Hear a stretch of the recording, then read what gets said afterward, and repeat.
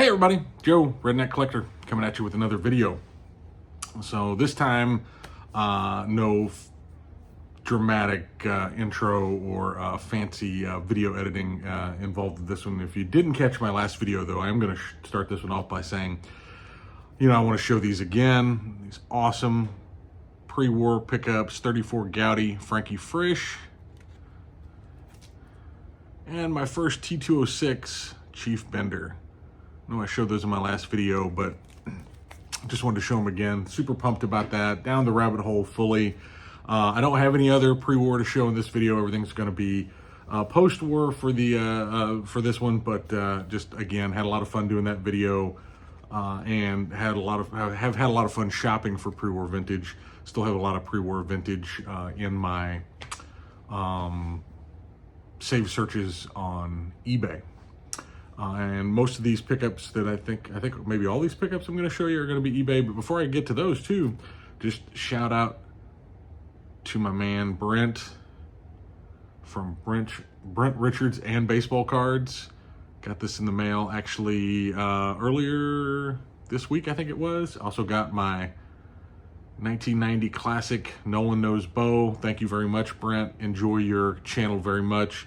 And just such a cool custom baseball card, that 84 Donruss. Kudos to not only your choice of design, but the way it turned out. Really like that. Very cool. So the other thing I'll show in this video, just to run the entire gamut of a 1909 T206. How about a 2024 Bowman Chrome Mojo Refractor Mason Wynn in the same video? This actually isn't the card I ordered. I ordered a different Mason Wynn card, and when I opened this up, I immediately reached out to the buyer, or the seller, I'm sorry, I'm the buyer, and said, hey, this is the wrong card. He was very apologetic, was like, hey, just keep it. I got the right card coming out to you. It's already in the mail. I'll show it in another video. But excited about this. Not a ton to be excited about right now with my Cardinals just being in flux and kind of in this rebuilding mode, but Mason Wynn, I think, has a bright future as a great defensive shortstop in a long line of defensive shortstops for the Cardinals, and I'm pretty excited about it. And speaking of that long line, how about this guy? 1950 Bowman, Marty Marion. This guy played pretty good defense for the Cardinals back in the day. MVP, and I believe it was 1944, although it was a controversial MVP award, but nonetheless it's his. Can't take it away. Picked that up. Also picked up a group of, now these were listed as 1853 TOPSs. So needless to say, they didn't get a lot of play in the whole bidding thing. I won them for, I think, $3.03 plus a little bit of shipping. Also, funny story is these came from St. Louis. I am in the St. Louis area. The seller took forever to send them out. When they did send them out, they went all the way to Chicago before coming back to St. Louis, before coming south of St. Louis to me. So they went on a world tour, if you will. But just some awesome 1953 Joe Nuxall. I mean, these cards are rough, don't get me wrong, but for $3, Ralph Kiner. About a 1952 Steve Suchak. I don't know Steve. Some of them have been colored on a little bit. There's a Vern Benson where they blacked out his tooth, but still, it's a 53. Love the 53s. This is a stained 53. Jim Hearn. There's a Harry Simpson. Wayne Terwilliger. So those were awesome. 53 Bowman color. Love it. There's Vic Raschi. Man, he's just an unheralded member of that Yankees rotation that won all those World Series. There's a Sam Jethro. It's got a crease on it. Can't quite make it out. Maybe there we go. You see it. Big old crease. These are low-grade cards. There's a Cardinal. Cliff Chambers, 54 Bowman.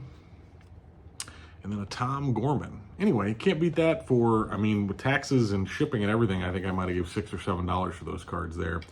So not too bad. Another pickup. There's a 1961 Ernie Banks. Pretty good centering. The blue is awesome.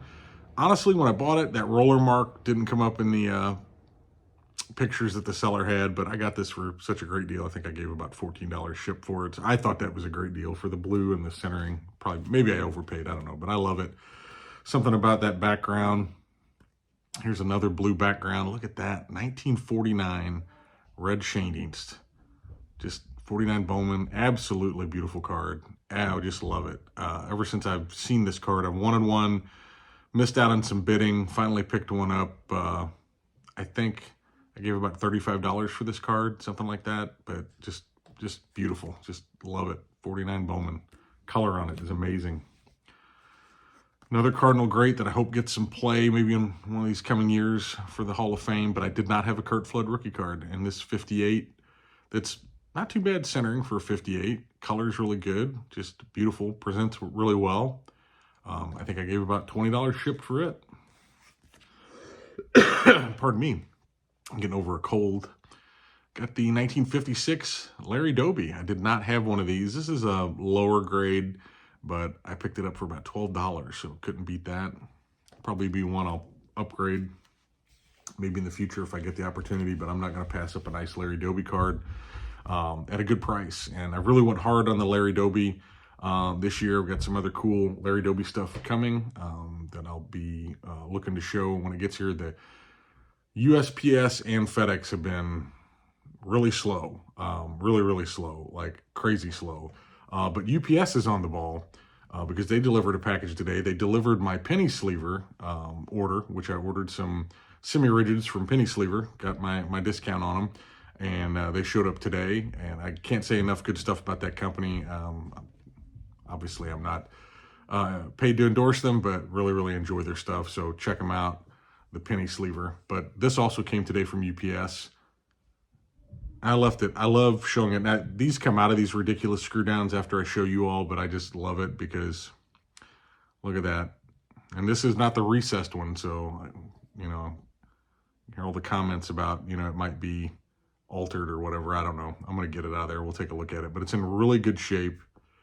I gave $100 for this, and usually for $100, you're not going to touch one unless it's really rough. This one has a wrinkle that I don't know that I can get to show up on here, maybe a little bit, I don't know. But it is really overall in great shape. Centering is not too bad at all, considering centering on these is usually terrible.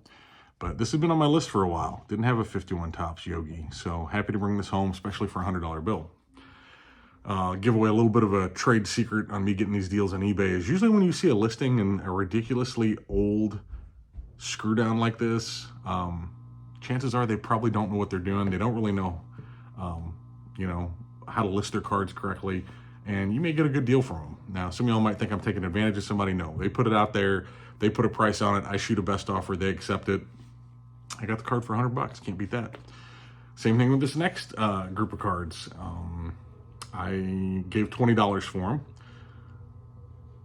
It's not some absolutely smoking deal, especially after I show you well, I'll show you this first. This was kind of a throw-in, but I'm not huge on all the relics, but this goes back to 2004 Cracker Jack when it actually says it was game worn, and I love Randy Johnson, so, and at least it has a pinstripe on it. It's got something. It's not the total napkin patch, right?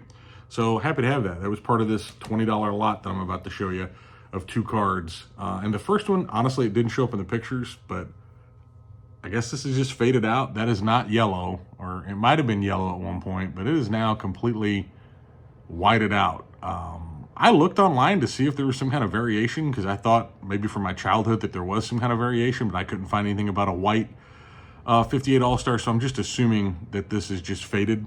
But look at this ridiculous bulletproof. You could up armor a Humvee with these, and if there's anybody out there younger than, say, 40 years of age, you probably maybe have never or don't remember these when they were actually being utilized. This is just a relic, and part of the reason that I couldn't not give $20 for this lot, the other part is this right here. 58 Slugger Supreme. I couldn't spit that out. We've got Clue and the Splendid Splinter. That's a pretty solid copy. I did not have this card. Centering's not absolutely horrid, you know, pretty sharp. I'm guessing, you know, I'll probably grade this at some point. I'm guessing maybe a 5. Back's a little more off center than maybe the front. But once again, the bulletproof glass, absolutely ridiculous screw downs that we used to put things in back in the day. But these will come out of these screw downs. They'll go into my new penny slaver card saver ones, until maybe some of them get graded. The Yogi will probably get graded. That Slugger Supreme might get graded. We will see. But that's kind of my most recent pickups, and just kind of want to do a video to run that down. I did my pre-war video, but I hadn't done anything in a little bit. I was honestly waiting because I've got more stuff on order, but it's just slowly trickling through the ecosystem of the USPS and FedEx right now. So we'll hopefully do another video soon. But before I sign off, I do want to point out, I got a few, I don't have the cool card room. I've talked about it before. I'm in the unfinished basement. I'm making do until I have a cool card room. But behind me, you'll see I've got some new decorations, if you will. On top there is, let me just grab that. That's some original artwork by my daughter, my 6-year-old daughter. That's a cardinal, just so you know. She used her hand. And she said, "Daddy, I want that to be in the background of your videos." So you can't say no to that. So you'll notice that's going to be there forever. She also made me this a while back, and she wanted me to make sure I put it in a top loader. That was Daddy and a heart, and I'm not sure what the 200's from. I think she gets that from Pokemon. A lot of times they have like numbers on them for how many points of damage they do or whatever. So got that. But then also my beautiful mother-in-law gave me an original piece of artwork by a very famous artist here in St. Louis, Bill Amity. And it is about Busch Stadium, or it's got Busch Stadium.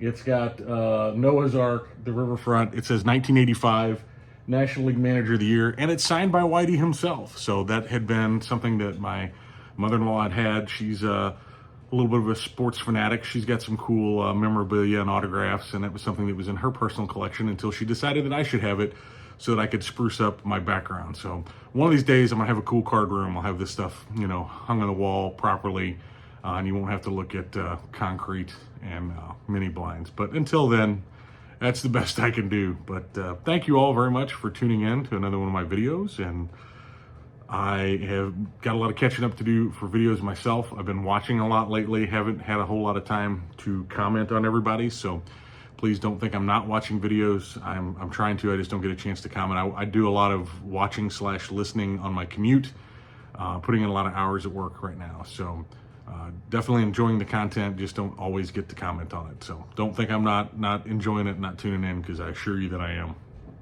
But thank you all. If I don't get to do another video before now and then, Merry Christmas to everybody.